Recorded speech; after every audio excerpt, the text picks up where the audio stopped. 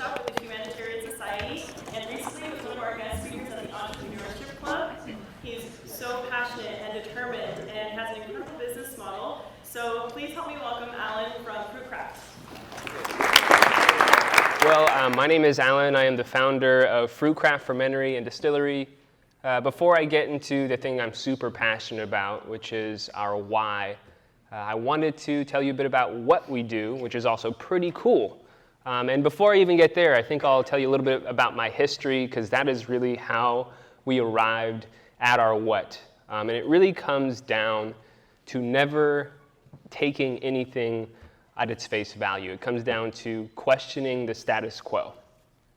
I grew up as an atheist my whole life, and my first way of exercising my brain power and questioning why I believed what I believed really what came to a head when I was 17.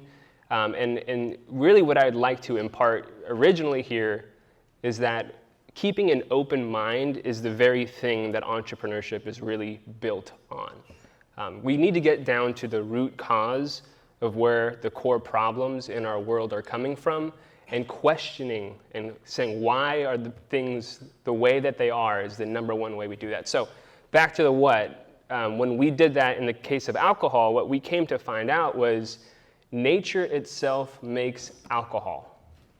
You don't need man, you don't need any brewing going on. Literally, fruit will ferment and turn into alcohol. And that's been going on for millennia before man ever invented anything as it relates to alcohol. And for what it's worth, beer was an invented product. It would never have existed if man did not enter the world there. Same thing with sake, same thing with a whole bunch of the alcohol that we consume in our society. It was really a byproduct of the agricultural revolution. It was a byproduct of trying to create efficiencies and really finding cheaper, lower quality sugar sources to make our alcohol.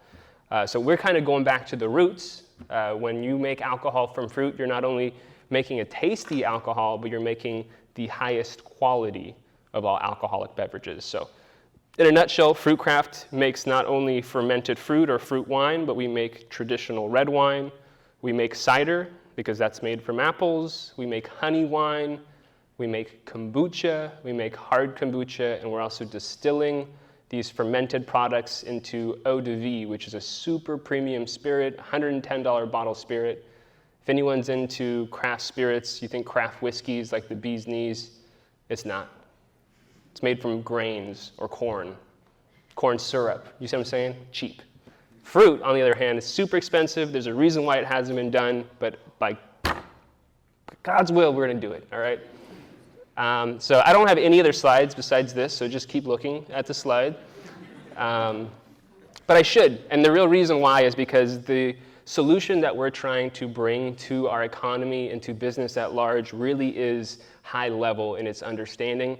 But let me try to boil it down to the simplest economic basics for us. And that is, in our economy, there's always fundamentally four actors. This is what drives our economy. You have first and foremost, let me start one step below that, which is in our economy, we have something called supply and we have something called demand. This is like economics 101. And oftentimes when we think about entrepreneurship, we think about supply. We think about what idea, what product do I want to bring to market in order to create a business. And the demand part is the part of entrepreneurs listening to the marketplace to understand where the market is going, to understand what the market wants, sometimes even when they don't know what they want. And the important part there, too, is also to understand that if the marketplace wants something, say social change, the marketplace will get social change.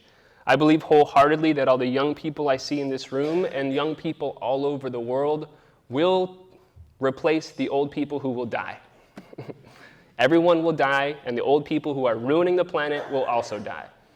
And that means we will be in control of the economy. We will be the consumers who will hold companies accountable by consuming consciously, by making good decisions, not just what's tasty, what's cheap, what's convenient, but what is good for us and for our communities and for the world at large.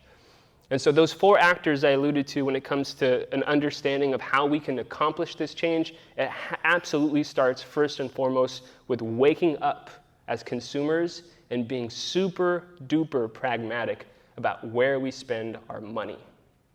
And the most important thing I think that we will come to find out is that it's not just companies that are local that we want to support, but it's companies that are sharing wealth instead of concentrating it. I think I'm going to say that again. The concentration of wealth happens when you buy from a company that's owned by an individual or by a small group of people. And so this brings me to the other nature of how we can affect change in our economy, which is down to ownership. What you find in that regard is two other actors in our economic roles. The first is founders. You will find that the people who own companies are the people who found them. It's pretty straightforward. But it's also the people who capitalize those companies.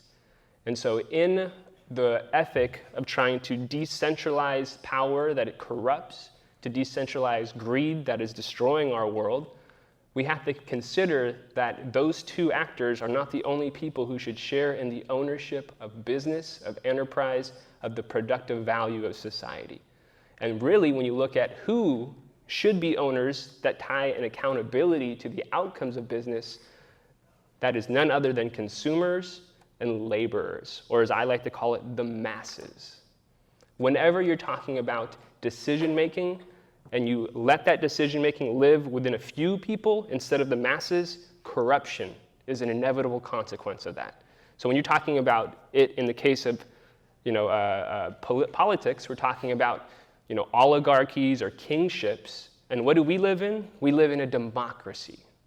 That same revolution that we know about, that founding fathers saying, we hold these truths to be self-evident, and that they sought out creating a more perfect union, not a union based on kings and authority and all this stuff, but based on democratic control, based on the worth of all of us. That same revolution needs to happen in the marketplace and in business.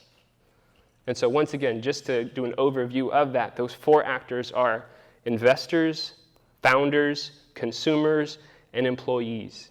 And at some point, we are all of those things. One day you'll save enough money, or maybe you have some from your trust fund, and you will act as an investor. You'll choose to be invested either in the public markets, in the private markets, or in your local community. You will one day become an employee when you graduate from school and you end up employed by another place. And the question is, are you going to be exploited by your employer to extract as much value from you so that they can be enriched? Or are you going to be a part of something that's bigger and more meaningful, something that's going to make a difference, something that will result in the sharing of the wealth? You might be extracted, you might be exploited, but at least what is being taken from you is being given to the masses instead of given to someone who already has more than enough. One day you will also potentially become a founder. And I implore anyone who ever wants and sets their sights up to start a company to not start that company for yourself. It is not going to make you happy. When you are on your deathbed, when you look back on your life, what people did for you is not going to play any relevance. It's what you did for them. And that is what we should be building business off of. What is that? It's the ethic of love. My God, it's the reason why we are living. And if you don't understand that love is somehow central to the human experience, and if we don't understand that love deserves to be at the heart of business enterprise, then we have not done our job as a society to evolve and to grow and to become what it is we were destined to be, which is the saviors of this motherfucking planet.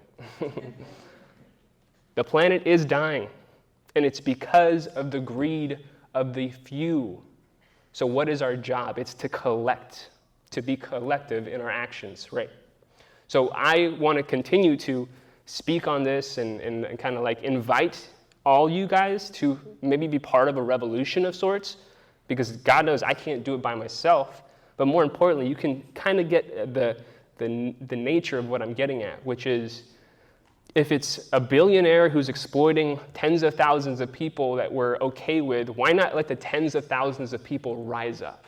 Collectively say, hey, we've got $1 billion too, collectively, and we can now displace your business. And that's the beautiful part about this model. So I'll go a little bit further into it. This is called the social value enterprise business model. And that term social value is super critical. And it's because as we look towards the marketplace responding to young consumers acting consciously in the way that they buy, you will find plenty of capitalists who are still greedy at heart, and they give 1% to the planet. How many businesses have you seen have that 1% to the planet marked on their windows? It's ridiculous. It's not enough. The planet's going to die. We have to do more than 1%. So what does the social value enterprise model do? It gives 100% of the profits, and it pays that forward to let other people start businesses that are also community-owned and paying forward their profits. We're talking about exponential style solutions that have a real impact and have the means to stop climate change in 10 years if we can act in concert, if we cannot let this message fall on deaf ears.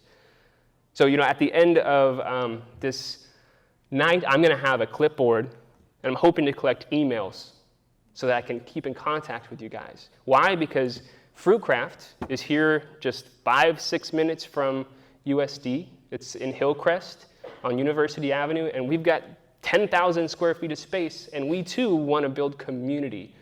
What does that look like? That looks like figuring out who wants a job and how do we employ them. What does that look like? That looks like who's got funds to invest and doesn't want to invest in the wrong type of company to promote a business model that is exploiting our world instead of giving back to it.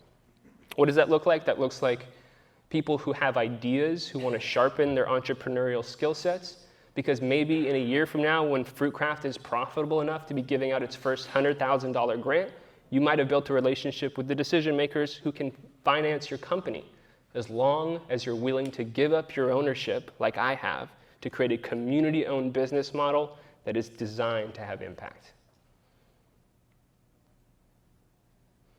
We call this raise a glass to good. It's not very complicated. You're already buying the stuff that you're buying. You're already working the places that you're working. But if you can do it while making a difference, while making a huge difference, not a small difference, but one that has the ability to make the change that we need to, then I think we have hope. I'll wrap it up. But I do look forward to answering any questions everybody has. The School of Social Value is this nonprofit we're trying to form as FruitCraft has finally, after 9 years, created some stability. What I really am excited about is continuing to be on campus, investing into the youth, because those old people are going to die. I've said it before. I'll say it again. You are the future. They are the past. We're the ones in control. And if 1,000 or 10,000 young people choose to buy from a company like FruitCraft, you're going to find that the outcome of that is significant. It's not small. Thank you so much.